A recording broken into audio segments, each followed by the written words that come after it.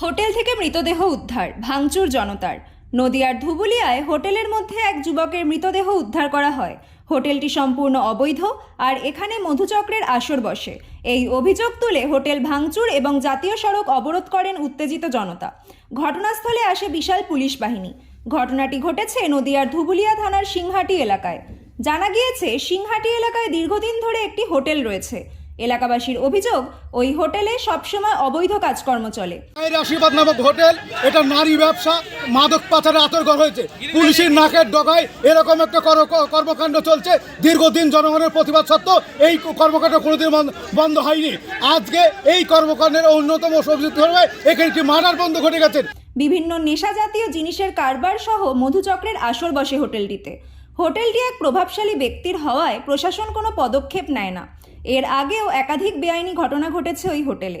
এদিন প্রশাসনের ভূমিকা নিয়ে প্রশ্ন তুলে হোটেল ভাঙচুর করতে শুরু করেন বিক্ষোভকারীরা।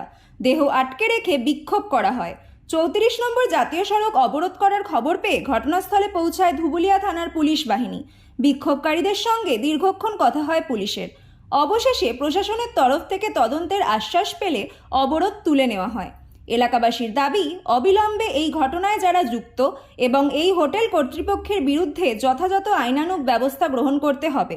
পুলিশ মৃতদেহটি ময়নাতদন্তের জন্য শক্তিনগর জেলা হাসপাতালে পাঠায়, তবে মৃত ব্যক্তির পরিচয় এখনো পর্যন্ত জানা যায়নি।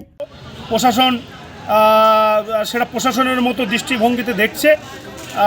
তারপরেও আজকে যে এত বড় খুন, আমরা দেখিনি যে হোটেলের মধ্যে ডেড বডি পাওয়া যাবে, কিন্তু আমরা শুনলাম এসে যে ডেড বডি পাওয়া গেছে। তার জন্যে প্রশাসন যথাযথ ব্যবস্থা নিয়েছে এবং উত্তেজিত জনতা কিছু ক্ষোভের বশবর্তী হয়ে কিছু ভাঙচুর করেছে এবং একটা সমাধানের রাস্তা আমরা প্রশাসনকে বলেছি যে এখানে এই রকমভাবে কোনো অবৈধ হোটেল, বিশেষ করে ধুবুলিয়া 2 নম্বর ব্লকে চলবে না।